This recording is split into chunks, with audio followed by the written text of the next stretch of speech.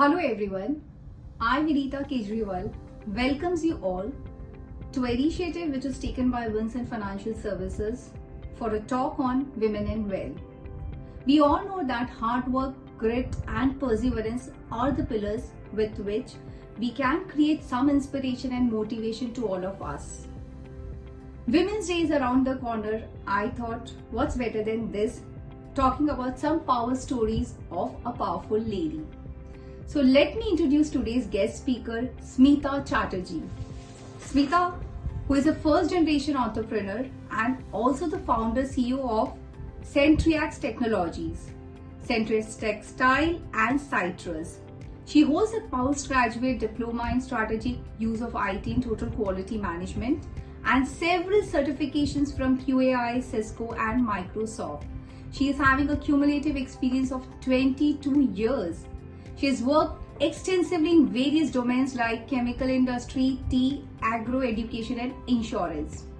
She is also the brand owner of Haathe Bona, an initiative by Centreax Textiles. So hi Smita, hope you're doing good. Hi Vinita, I'm doing good, thanks. How are you? All good, all good. So let me start this conversation by putting you up with the first question, which is, can you share or throw some light how your entrepreneur journey has been? I mean, some kind of learnings, unlearnings from this journey. See, as an entrepreneur, I can tell you one thing, that the entrepreneurial journey is in two parts. One is that when you start your own organization, you have a team, you become an entrepreneur. But you become a true entrepreneur the day you are involved in things like strengthening the ecosystem you work in, having a conscious effort to build a sustainable source, and developing your associates, your organization, and reaching a point where you add value not just to your employees or the company or the brand that you own, but to society at large. So as an entrepreneur, it's 13 years of being an entrepreneur. My first 2 years have been of struggle. You try to figure out the taxes, the regulatory, the statutory part. But then with time, I learned to build relationships, because that is the backbone of a business. With time, I learned to build sustainable sources. Sustainability comes into play. So it is not an easy journey, and one has to study. I study a lot. The first thing that comes to mind is again studying, but it is not that textbook studying. It's gaining experience. It is evolving. You need to evolve. So I have evolved as an entrepreneur, and I do a lot of research, because as an entrepreneur, I have to work in many different domains, unique domains. So update yourself, learn. I mean, the takeaway from my journey is that keep reading, keep exploring, keep researching, and keep evolving. Just don't stop that I've got 2 good customers, billing is great. Don't stop over there. Correct. Perfect. So to sum up, I think what you said was team, holistic approach, sustainability, and keeping yourself updated, upgraded. For that, you need to put a lot of effort in reading, learning, unlearning. So I mean, that makes the path for your success. Thank you so much for that. So my next question would be, how did you ensure that your finances are being taken care? Because we all know that that's one of the important pillars of any success story. So what did you do to make that, yes, my finances are in perfect? I mean, what planning you did?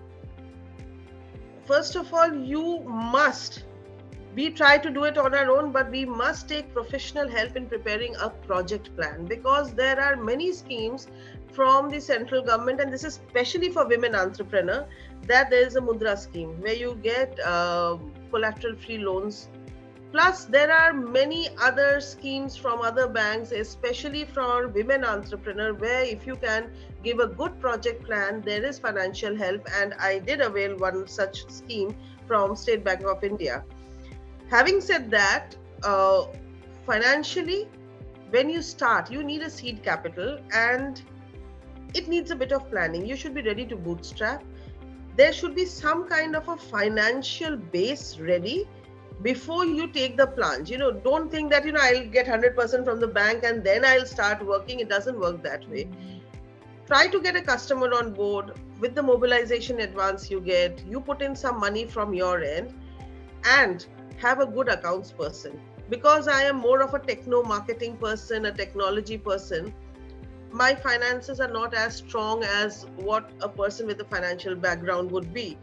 So I had someone to give me a reality check that this is where you stand, this is what your cash flow is. So have that reality check in place every month end. You should know this is what you've earned, this is what is there in your buffer, these are the expenses. So have these parameters very clear, do your reality checks, and again, as I said, you need to evolve and learn. So research. There are many instruments available from government and non-government bodies which help women entrepreneur. Amazing. So as you said, you should focus on your expertise and hire a professional who has that intellect or that intellectual capacity, who she or maybe he can guide you about such kind of schemes which is available maybe as a women entrepreneur. So you need to be, aware, keep your eyes and ears open to understand the ecosystem, Absolutely. what is beneficial for you or not. So that's really very much relevant for us as well. So my third question for you would be, as a human being, we all tend to have some kind of, we all tend to do some mistakes or some kind of negatives while you're working, some, your low points. So just share something about what did you had as a mistakes and how did you overcome such mistakes? What did you do, I mean? So for that. The first mistake that a first generation entrepreneur makes is trying to do everything on your own. Don't do that.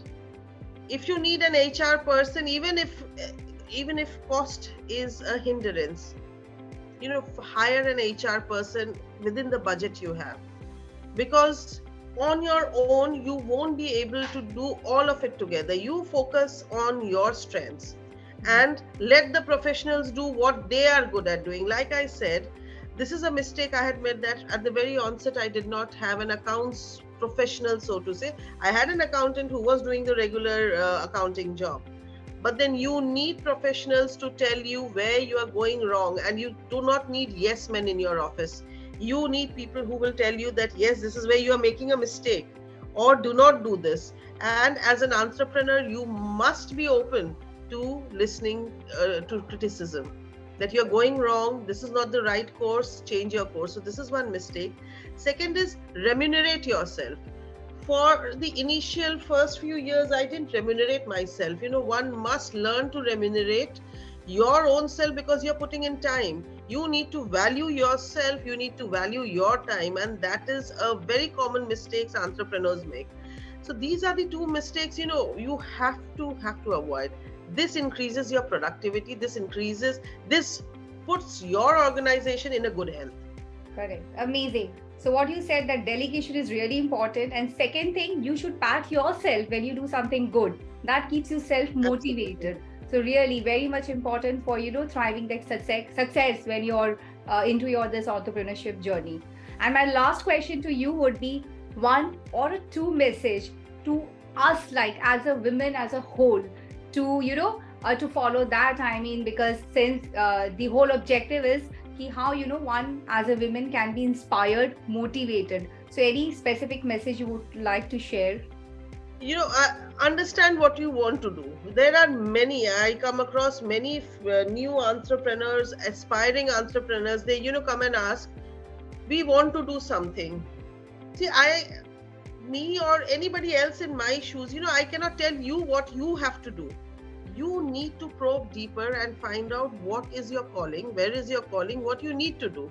So first of all, identification of your aspiration is very important, and it's a tough job. Yeah. Normally, what we tend to focus on is that if I do this, these are the 100 negatives attached to it. If I do this, this won't happen, or that is the problem. First, you'd identify what you want to do. So identification is the first thing. Second is evolve.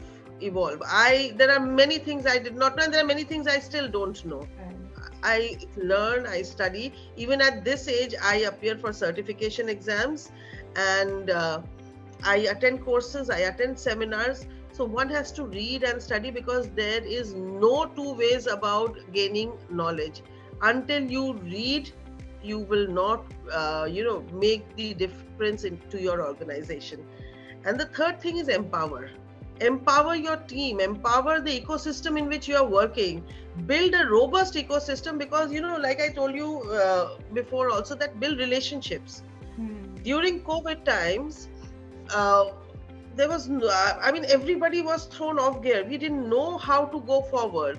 And during those troubled times, there were a few customers who actually saw us through. So build relationships. It is not always about billing. If you need to take an extra mile and make a customer happy, do that. That comes back to you in many different ways. So build relationships, focus on evolving, learning, and empower your team, empower the people you work with. Look at sustainable sources. There are no two ways about these things. These are the basics of growing.